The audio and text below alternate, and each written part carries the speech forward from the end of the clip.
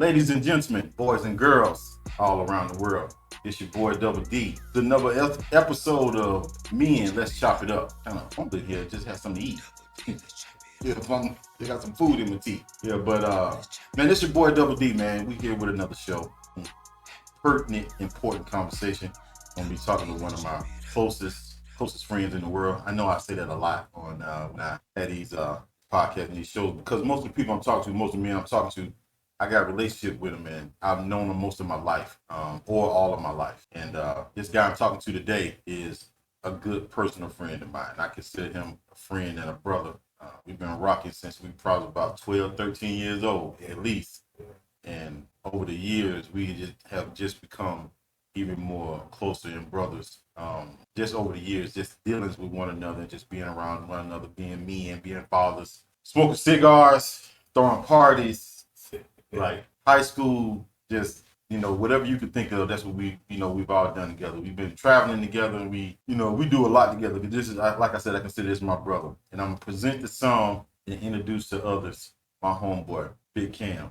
Right. Before you introduce yourself, I always ask the men that come on my show, what does it mean to be a man to you? And what does that look like? So introduce yourself, man. Tell everybody where you're from, who you are, what you do, and what's significant to you in your life and what it means to be a man. First of all, I'm honored to be here and sit in front of this microphone and sit down and talk to my brother, probably one, if not the closest friend that I have. It's a privilege to sit down and just have a conversation. Something I always say is everything in life starts with a conversation. So, first of all, my name is Cameron Wright. It's Cameron, Not Cameron. not Cameron. They call me Cam because nobody in my world could pronounce my name. So it's probably the first time some of y'all have heard my full name, but it's Cameron Wright. And father of two, husband, wife. And I'm going to say, in introducing what you said, Yeah. what's being a man? Yeah. What's being a man to you? Yeah. What's being a man is understanding it ain't easy. It ain't easy. It ain't easy. Yeah, man. But I'm necessary. Yeah. You slid it in there already, dog. Already. We're supposed to get to that. Yeah, we could. You slid it in there already. Okay, bet. Yeah. We're gonna expound on that unnecessary part. Yeah, I feel you. But I think in being a man, you have to understand what comes with that, especially being a black. But it's a title that I take serious. It's a title that that I continue to work to become better at. Being a man to me is understanding that your purpose don't start with the outcome. It starts with the process. And that's probably the biggest thing about being a man is understanding how important the process is. Process to be necessary. Yeah. So one of the things that I appreciate about me and Cam's relationship is we had some real drag out. I'm talking about the kind of stuff me and Cam have said to one another during disagreements would cause people to never speak to one another again. They probably could. Yeah, they couldn't recover from some of the things. Like, but and I'm not saying that lightly, and I'm not trying to take just taking advantage of that situation of our just being honest with one another, and that's simply what it is. Like, we were just being honest about how we were feeling at the moment, at the time, and that's what came out. But we never took it so personal that we was just like, man, forget that. I ain't fooling him no more. Like, and we probably said that. Yeah, we probably said like, man, I ain't talking to that joker ever again. Like, I'm done. Forget him. Oh, fat joker. Like, we've said some very hurtful things. Yeah. But no matter what, and I just told somebody this the other day. No matter what. Matter of fact, I was talking to Dwayne Hayes, somebody that graduated with us. I said, no matter what, no matter how bad it get between us, no matter how big the infraction is, no matter how, just it don't matter. Somewhere or another, me or you gonna call and be like, hey man, look, my bad, dog. My bad, dog. I ain't mean that, man. I ain't mean I was mad, I was upset, Accountability. Yeah, man. And that's what we do the best. I think that's what powers our friendship is. We have accountability because I do some I'm the problem. Yeah, you the problem. Like I realize I am the problem. I'm very arrogant. I'm not conceited. I'm confident, but sometimes I don't. I don't always think before I say things. Right. Iron sharp iron. Right. So, and I don't mean I don't think before I say things. I just say what's on my heart, right? Or I say what's in my mind, and it may not always come out right. The delivery may not always come out right. And I think that's what the infraction is, where my delivery be, hey man, you ain't gonna be talking like that. you ain't gonna be talking to me like that, so. And then this thing got pretty heated, it's got to the point to where, it could have been some blows. Yeah, some blows thrown, but to that's a testament to who we are today, right? And this was an important interview for me, because I do have other friends. I do have, just like Cam got other friends, other people he's close to. But I think our relationship is unique, and absolutely, it's. I don't think I don't think anybody else is closer to me than Cam. Right. I say it that way. Even though I got other friends and other things, because we kind of, we talk about everything. Like, everything is, nothing's off the table. We talk about everything. We kind of keep it open.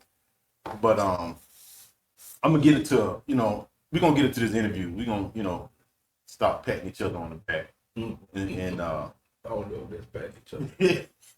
But we'll take it. But we gonna get into some we're gonna get into the interview. Hope y'all ready. Yeah, seriously. So last night, we were at the cigar lounge last night, Life and Time Cigar Lounge in Lithonia, Georgia.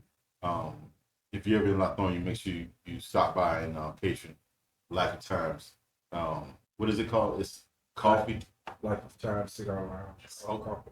Okay, yeah. Life and Times. I just know Life and Times, so pardon me for not having the name all the way down. But got it. Big Mike's son just texted me. Excuse me, that was very rude. But we had some conversations last night, and one of the guys that graduated with us, a very close friend of ours, Mike Johnson. Big Mike is what we call him. Yeah, he's from.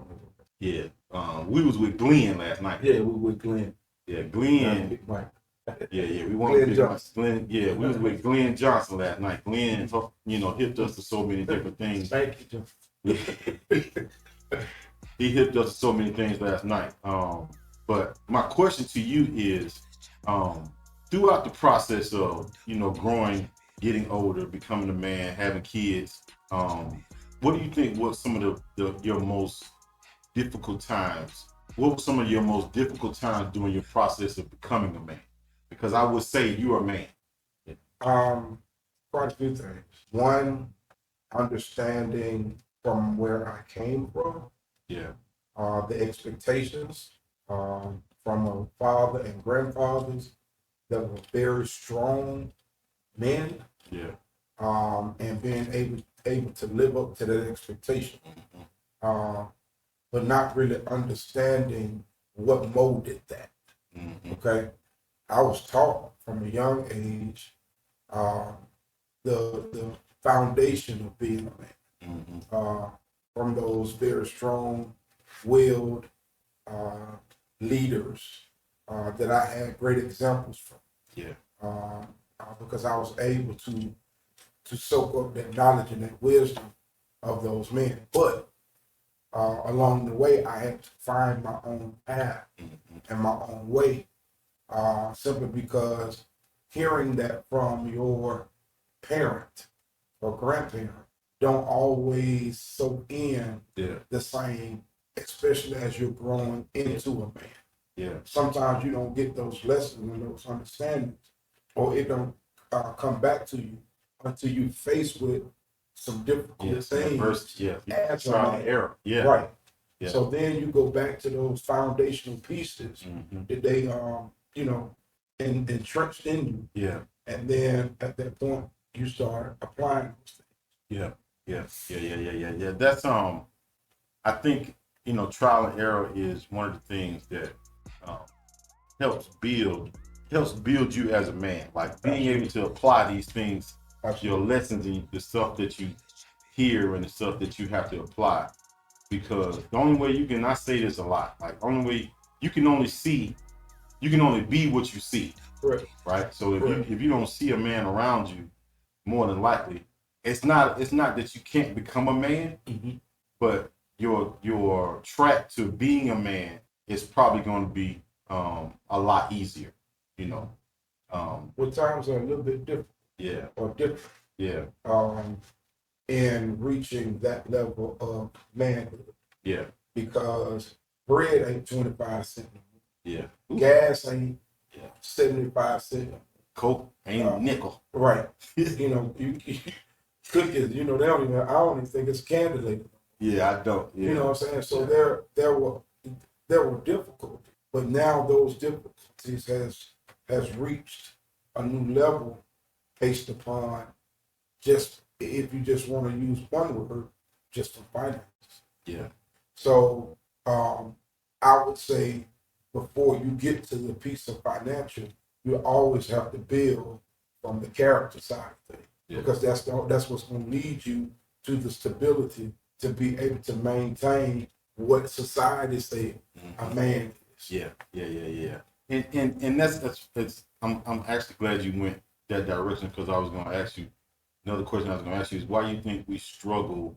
Like, why do you think we have such a lack of men in this society right now? You know what I mean? Like the man, and it ain't, and this, let's just be honest. Like, there's a blueprint for being a man, but everybody that becomes a man has their own track of getting there, right? There's no one way to get to be a man, right? So this is Men Let's Chop It Up podcast with me, your host, Double D. Fellas, let's talk about something real right now. Let's talk about comfort. Let's talk about being at home and being away from home. Let's talk about dude wipes. I know me, myself, I hate toilet paper. And ever since I found dude wipes, it's been the best thing for me. It's for the everyday man. So when you get a chance, stop by your local retail store and pick up a package of dude wipes. It's for the everyday man. Now, back to the show. Dude, why do you think we have such a scarcity of men these days? Because it's being distorted. What you mean distorted? Because a lot of people think they know what it is to be a man. A lot of people that are not men want to be a man, or the thought process of what they think is a man has been diminished, belittled, betrayed, misunderstood, misled, hoodwinked, led astray. All of that. I can go all day. We didn't land on planet rock. Whatever. And then let's go even further. Now, and I'm just going to say society, because it ain't just society. We have some responsibility in it as well. Women have become masculine. Yeah, man. Here we go. And here we go. The masculinity is taking on the responsibilities that were created for the man. Yeah. But how does that look? Or how does that change? Yeah. So, and I was going to ask you, do you think, because the commonality in the conversation that goes on now behind that statement that I asked you is because it's and I hate saying they, because they just takes the significance off the importance of the conversation. Well, you know what they say, who the hell is they? Yeah. Right. So the conversation is like these women, the reason why we don't have a lot of men, or the men, there's such a scarcity of men, is because women raising these boys. And women, they say women can't teach boys how to be a man. They say. Yeah, that's what they say. right? So that conversation is really prevalent right now.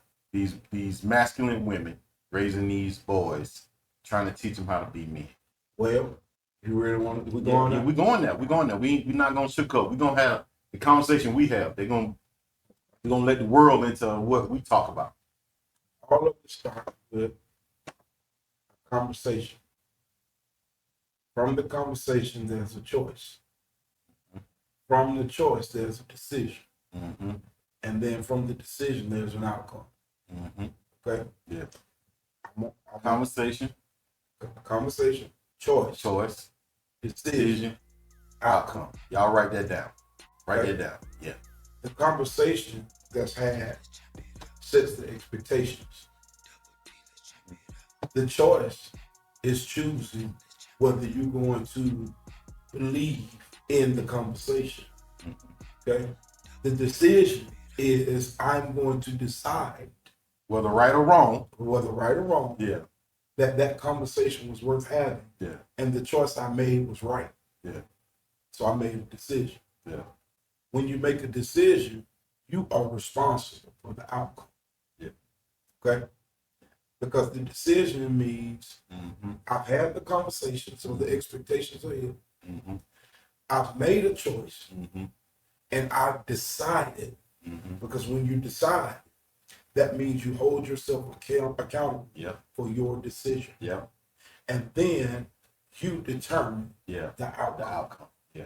And you're happy with the outcome, whether it's good, bad, or indifferent, because you made the decision, right? If you had the conversation mm-hmm. and you made the choice, and then you made a decision, the outcome should be what it is that you chose, which should be good. Yeah, but and only thing I'll push back on is that's a part of becoming a man. All your decisions ain't gonna be right. Correct. Right? Like everything, like when you decide to do something, it may not be, it's not necessarily gonna turn out the way you see it happening in your mind. But you learn from the decision, from the bad outcome or the good outcome, you keep moving forward. That's what makes a man. But you know what makes a decision fail? You gotta go what comes before decision. Only time a decision failed is when you made a bad choice. Yeah. 9 times out of 10, you made a bad choice because you never took the time to have a conversation. Yeah. I feel you. You understand what I'm saying? Yeah, I see where you're going. Because the conversation is the piece that I think is missing in leadership, manhood, relationships, all that. Because that's such a it's such a cliche thing, right? Like we have turned conversation, because I'm tell you one thing I hate women say. I hate hearing women say, communicate, like that. Nigga, look, that's not happening. That's like to me, and not all women, because I said when I first started this podcast, I'm not gonna get into trying to give relationship advice, right? Correct. But the conversation part of that is, I'm gonna tell you what I want to say, and I'm gonna be, I'm gonna get all this stuff off my chest, and I'm gonna say whatever I want to say, and you just gonna deal with that part of it, and we ain't gonna talk about no more after that. That's conversation to most women. Well, it shouldn't be that. Yeah. The conversation should always be, let me hear your side of the story. Yeah. Okay? Yeah. And then at that point, when I hear your side of the story, allow me the opportunity to make a choice. Right. Or express my side of the story. Well, the problem is we have conversations. Yeah. We lie. Yeah. So to ourselves, to whoever, just be 100, just be real, say what it is, and let people make choices. Yeah. And that's what I say. Let's go back to the original what we talk about being a man. Yeah. I think some of the mistakes I made in life, as I journeyed through my life, was that I was too busy pleasing people. Yeah. Thinking that my choices and decisions was going to be based on their acceptance. Okay? Yeah. Well, I realized that because I called because they say men are called, you're chosen. I've been gifted with some gifts, and through those gifts, I realized what my purpose was for in leadership. So once I realized what my purpose was for in leadership, at that point I understood that if I wasn't together, there's no way that I can take care of the people that were assigned to me. Right. Or make sure that everybody was good. Right. That's assigned to. That's grown man stuff. Yeah. Recognizing that, because it's not easy to recognize. Like I said last night, we were talking last night. I told Big Mike, I said one thing for certain, two things for sure. It's hard being a man. Man. Ooh. It's hard, though. Like, ooh. It's not an easy job at all. It ain't for the faint of heart. It don't take away any significance from being a woman. No. Don't take none of that. Because man and woman, that's the balance. That's how the Almighty set it up. Right.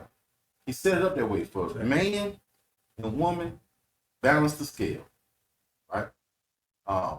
But we aren't in the position that we are in as far as being men because Eve bit the apple.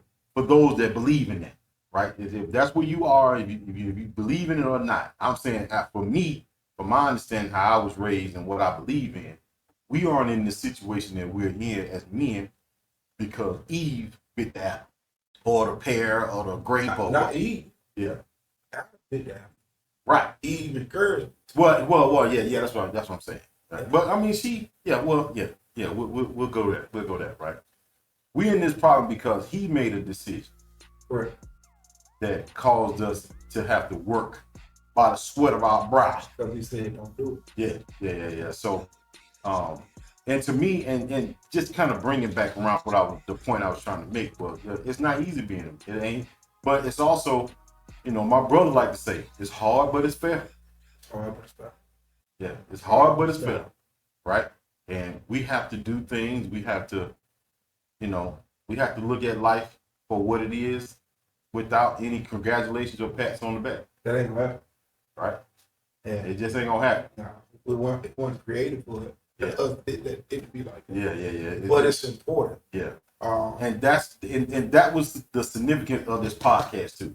And the conversation we had last night. And both of us not sleeping. Right. Yeah. Right. So it's important to be empowered by other men. Correct. Correct. Big Mike said something, men walk in a certain authority, right? But all authority is not equal. Correct. Right? What the room he can walk into or the room you walk into may not be favorable to me. But because I'm with you, you can get entertained. I can be entertained, or my words or my presence can be acknowledged, right? And let me tell you something. Let me explain something to you, the men and the women and the children listening to this thing right now.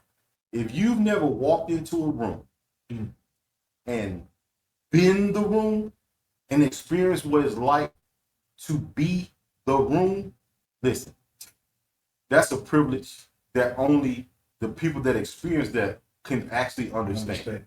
Right? To walk in the room and all the eyes go specifically to you when you walk in the room, that's authority, right? That's a presence that God has put on you for just you and nobody else, right? But that comes with what I said also. It's hard being a man. Because if you can't handle that, hey, don't go in the room. I'm gonna tell you, like my mom used to always don't go in the room. My mom used to always say, never burn the bridge. Yeah. They bring you safely across. Yeah. Now, I consider myself a bridge for quite some time. Right. Like I consider myself a person of character that like to bring people safely across. You said it's different to be able to walk in the room, command the room. Yeah. Well, it's also different to be the table. Break that down. Break that down. Get your pencil and your paper out right now. We got a gym about to be dropped. So, table.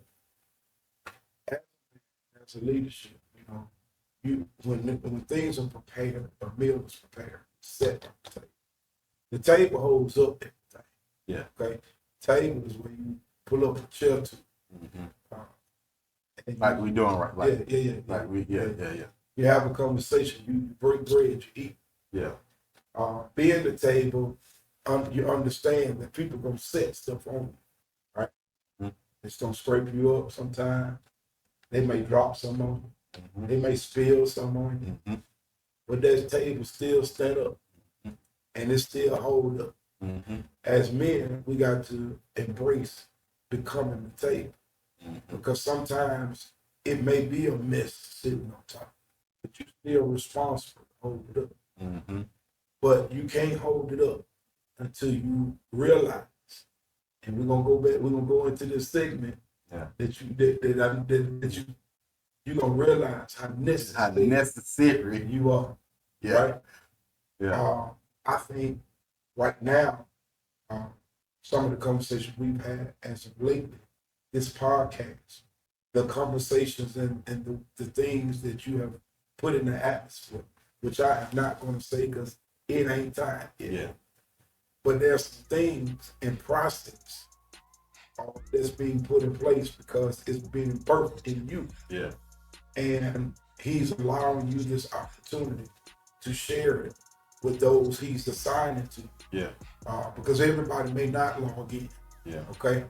And shame on them. They don't. Yeah. Because if you care about your brother, especially your brother, and this is not a knock to the sisters or to the children, or to your auntie, all these other, all your cousins and all that, but specifically for men, you want to share it with your brothers because this platform is going to encourage some people to do something different for a different outcome. So that table and understanding how necessary you are to stand at the table, that's when your life is going to change. But it's going to be very uncomfortable. Something just dawned on me. I'm gonna bring up 2 points. So, the first point I'm gonna bring up is something that you said about the significance of the podcast and what I'm doing, and what's being birthed inside of me, right? So, and I agree with you 100%. That there's still more things that's happening right now, and I would consider that labor, right? So, from a significant standpoint, like the podcast itself is the labor, right? So because it's some growing pains, there's some pain, there's some things going on, like there's some things happening, and there's gonna be some things that be birthed from this podcast, where the podcast was just the initial segment. It was just the initial place for things to get started, right? And the second thing I'm gonna talk about is the table. So there is a significant conversation going on around, especially on social media, about what do women bring to the table. Men ask them, like, what do you bring to the table, right? And a lot of women having issues with that, just answering that question. Now, me and you, we're in advanced age, so relationship things that is actually happening on social media, we've already experienced and been through, and we're in an advanced area of our lives where that table jump don't really mean nothing. So for me, the table would signify making sure that my legs are set so that I can continue to hold this table up, right? Because I'm gonna hold it up, whether or not I'm trembling, shaking. I got to, right? But if I ask a woman today, well, what you bring to the table? Her answer to me should be, well, I'm gonna make sure you're okay. I'm gonna make sure, you got enough oil on the joints. I'm gonna make sure, these legs ain't bent. I'm gonna make sure, I'm gonna keep the table sturdy, right? You don't necessarily have to worry about the table falling down, because I'm gonna help it stay up. That's a great enough answer for me. That's cool. If that's what she say. Good luck. Yeah. Yeah. That's not the answer you get. Yeah, it's probably not, because more, like I said, and even watching stuff on social media, like these women they getting real offended by that question. Like, what do you mean what I bring to the table? Yeah, what you bring to the table? What you bring to the table? Like, what's your significance to me? Because I'm still You asking them that question, or they're asking you? No, the question is asked to them. Like a man is asking them, what do you bring to the table? Like, what can you bring to the table? Because my responsibility as a man is protect, provide, and secure. Right? I gotta protect you, I gotta provide for you, and I have to provide security. They can answer that question. A woman can answer that question. To answer that question, it has to be interactions. And answer, I answer them what you tell me ain't gonna be nothing. You gotta, it's your actions. It's what you do. Yeah. Now, man, when it comes to what he brings to the table, it also has to be shown. But this episode is brought to you by Roberto James Cigars. Thank you for watching me and Let's Chop It Up podcast. Roberto James blends an old school craftsmanship with modern flavor using premium hand-selected tobacco from the Dominican Republic. Whether you're winding down after a long day or celebrating something big, these cigars are a celebration. I've tried them myself, smooth, rich, and perfectly balanced. It's the kind of smoke that makes you slow down and enjoy life. And right now, you get 10% off with your first order using promo code DD. Visit RobertoJamesCigars.com. Now, back to the show. All right, we back in the game. So we were in the middle of talking about the table, right? And I kind of want to stay right there because it's going to graduate to other conversations as well too. But being the table and understanding what being the table is, and we were necessarily talking about the conversation that floats around social media about what do women bring to the table. And you were making a very significant point by saying that it's really nothing you can say. There's all actions about what the table actually is, right? No, I hate that we had these little difficulties because we were rolling in that, because I think you was about to make a point about how your actions dictate what that means to what you bring to the table, right? Do me and you can just kind of expound on that, like what you were actually saying about what your actions mean versus telling me what you bring to the table. Well, the first thing is ask yourself, how significant is what you're bringing to the table? We put too much emphasis on what you're bringing to the table instead of putting the emphasis on being the table.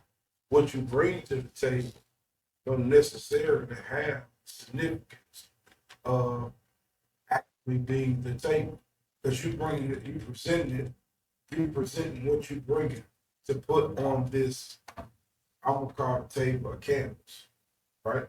And you're painting this picture about what it is that you want the outcome to be based upon what you bring or what somebody else brings, right? Okay. So I think in society we put too much emphasis on what I can bring to the table. Okay. Okay. And not putting the importance on the significance of the table. Right. Right. The table is the foundation. Yeah. The table is what you bring in, whatever it is that you have to set down, all right, to partake in, right, for either your glory, their glory, his glory, whatever. Yeah. What I'm focusing on now as a leader and a man is being to the table and not what you bring to it. Because one of my favorite sayings, God brings you to it to see you through it, to bless you from it, right? So God bring you to the table or the stone, to see you through the stone, to bless you from the stone. But what's still standing? The table. Right.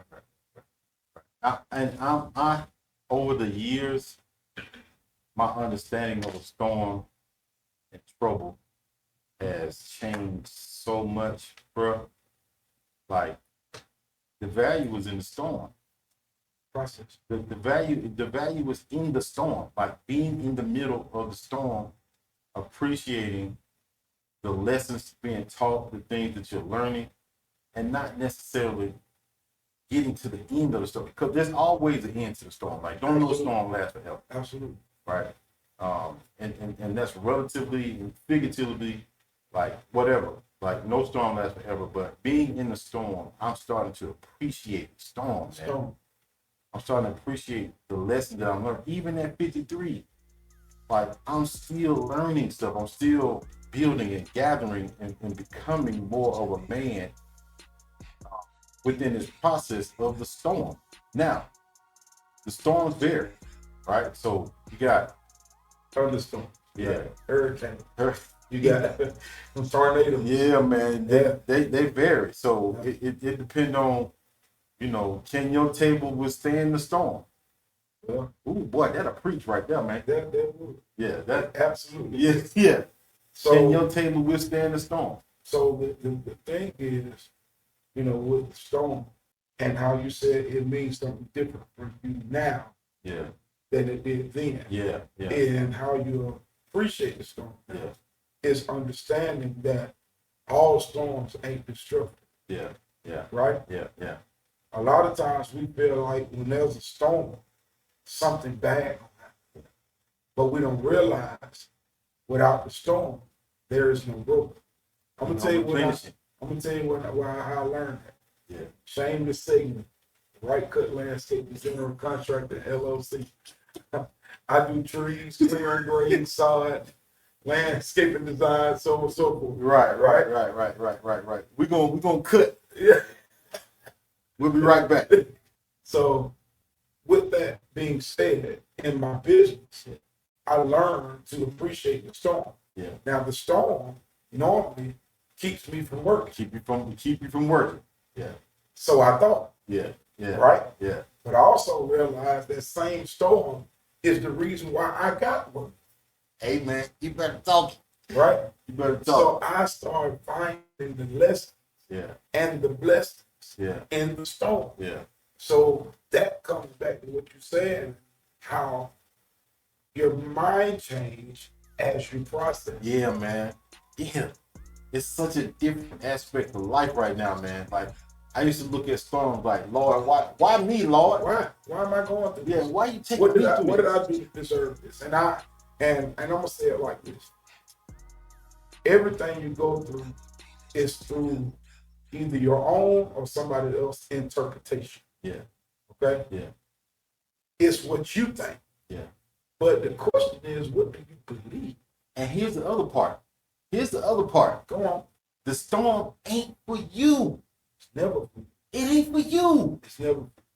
The storm that we go through together, singularly, the storm that we go through, it ain't for us. It's for somebody else. It's to learn you to teach somebody. To teach somebody else. So they go back to like, okay, appreciate that wonderful meal. Okay. Ain't no thing. All right. Ain't no problem. But then you can feed me, or you can teach me how to fish. Yeah. You can feed me a fish, or you can teach me how to fish. Yeah. That's what the storm is for. It's to learn you to teach somebody else how to fish. Yeah, man. This episode is brought to you by The Right Cut Landscaping and General Contracting. Transform your outdoor space with The Right Cut Landscaping. Whether you're dreaming of a pristine garden or a stunning patio or a complete landscape overhaul, we also offer tree surface removal, clearing and grading, sod installation, and project management for your landscaping needs. Ready to elevate your landscaping? Call 404-610-2819. The Right Cut Landscaping. Now, back to the show. Because it's so much more valuable to know how to fish versus somebody bringing you the fish. Man, I said to myself, I can't be going through all this. Yeah. Just to break beat. Yeah, just to break. Yeah, to break beat. Just be for me. Right. I'm a happy person. I want everybody around me be successful, Let's lavish. have a good time. Yeah, let's just have a good time. Yeah. Why am I going through all this hell? Yeah. I had to realize that you built my for storm, one. I was built for the storm. Yep. Right? Yep. Because he brought me to it. Yeah. He brought me to the storm. Yeah. And he said to me, he said, but I'm going to walk you through the storm process. Yeah. And then I'm going to take the very storm that I put on you, right? That you thought was to destroy you. To destroy you. And I'm going to bless you with it. Because you learned the lesson. Yeah. You went through the process. Yeah. You learned the lesson. Yeah. And then you honored me enough to teach and show somebody else how to lessen their storm. So the outside say, man, that joker, the storm, I remember like, man, he doing this, or she down, or he on drugs, or he drink all the time. He doing this, he doing that. He ain't do like that storm, right? The storm, like saying it all. He don't take care of his kids. Done it all.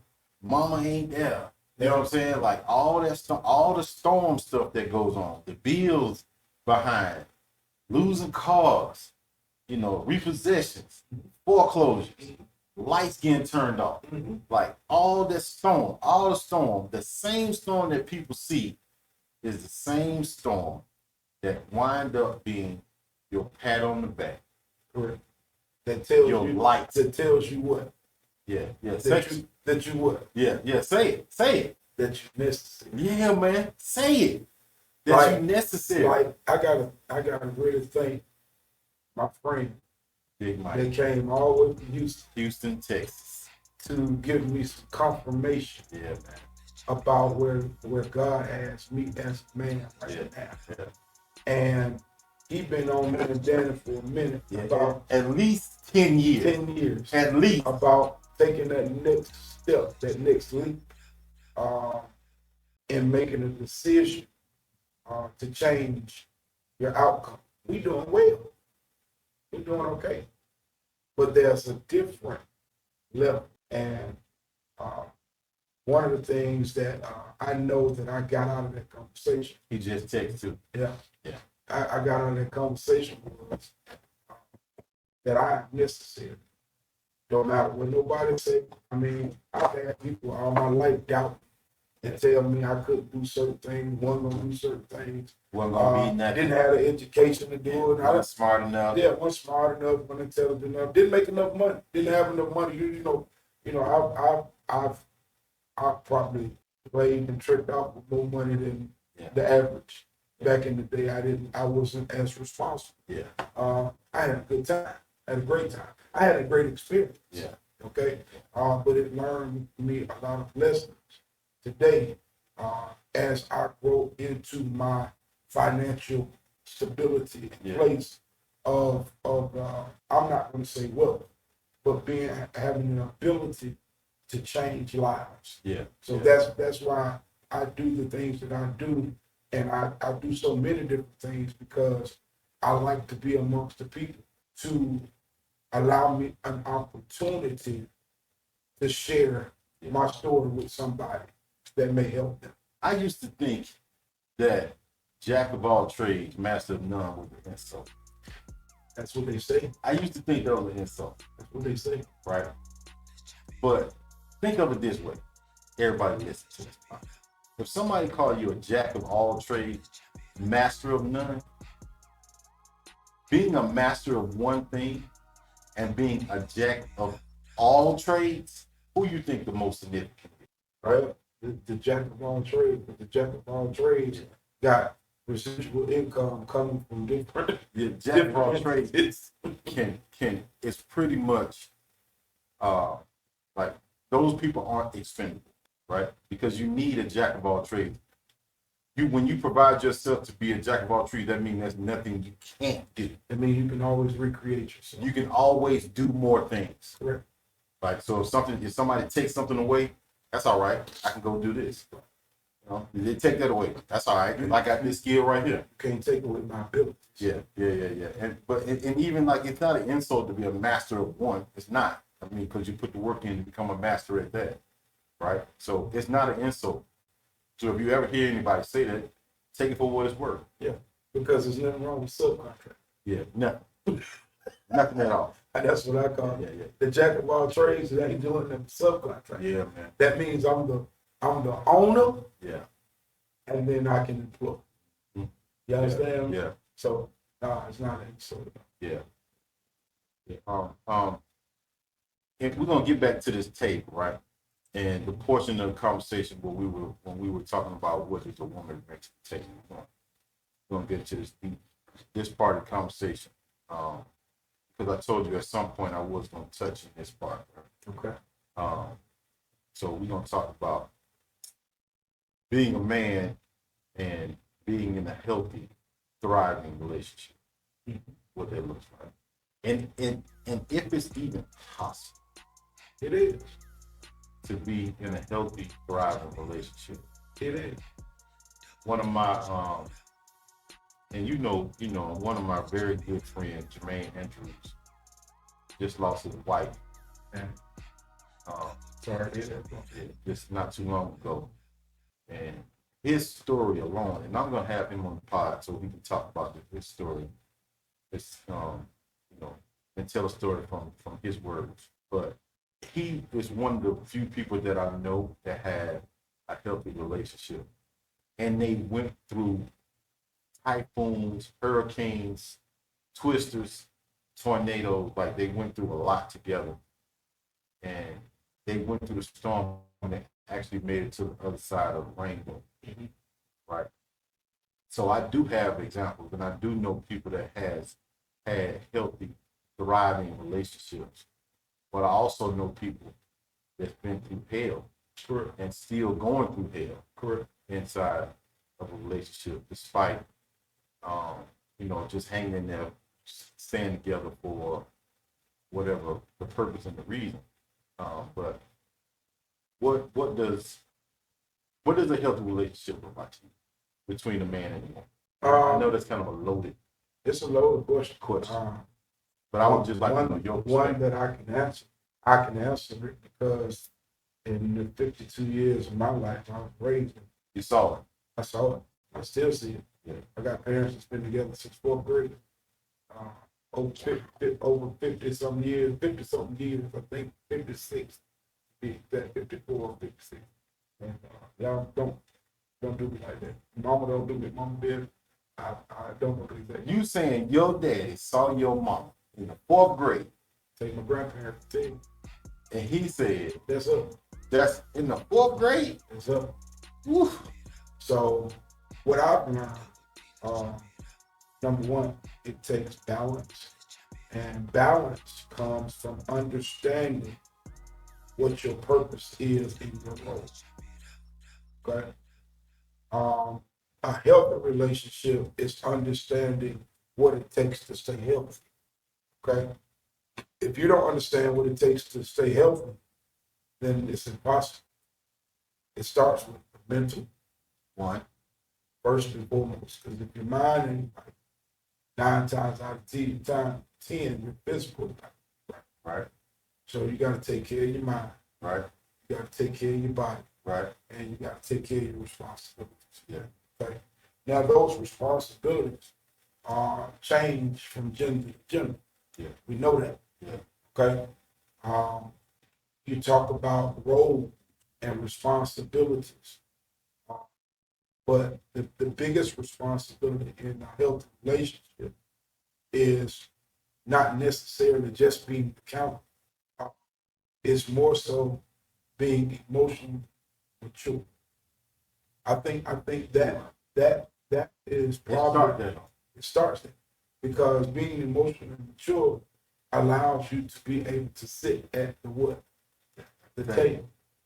Yeah. You can't sit at the table and have a conversation if you cannot be emotionally mature, because emotional maturity means I can sit and hear your truth and be able to respond, okay, regardless of how it affects me emotionally. Yeah. But my response is going to be healthy. And the other part of it, I'm gonna let you finish. The other part of it, is emotional intelligence too. Absolutely. Yeah. So those two emotions, like if you can't have those two things together, then And that's being that one. yeah, the table is gonna be wobbly. Correct. Yeah, it's no foundation for that table. But go ahead, I didn't mean. Well, the table. Let me go back. The table. If you the table, you ain't gonna necessarily swap it. If you do, you're gonna put that little napkin under that low side, right? So the reason why I said on the table is because I was called. She was made from here, right? So if she was made from here, then I'm responsible, okay? And I think that's where a lot of people get it wrong, is understanding where the responsibility lies. Yeah. Okay? Because if you got a hierarchy and it say God, man, woman, children, so on and so forth, you know what God's saying. Yeah. But it's the second level. It's that second level that people have a problem with. It's that second level. Yeah. Yeah. Where the accountability gets skewed. That's a good word. Skewed. Yeah. Yeah. That part, yeah. And it's what people think that level of responsibility is responsible for. Okay. And we can get into that however you want to get into. Yeah. So one of the things, like my sister always say, she called me a male chauvinist, right? And for a long time, I used to be like, no, I'm not. I don't think I'm a male. But over the last 10 years, like she's been saying it all my life that I'm a male chauvinist, right? But most of that comes from how my mama treated me. Mm-hmm. I was her son, but my mama lifted me. My mama put significance in me. My mama told me how important I am, right? So that's why I'm so arrogant and cocky, you know, as I am, because my mama put this in me. You know, it didn't matter how bad things were around me. My mama said, hey, hold your head up. Keep moving forward, no matter what. You know why? Because she was trying to protect you or equip you with what she already knew you were going to face. Right. Why? Right. Because she's the one. Yeah. She knew you were going to face some challenge. Yeah.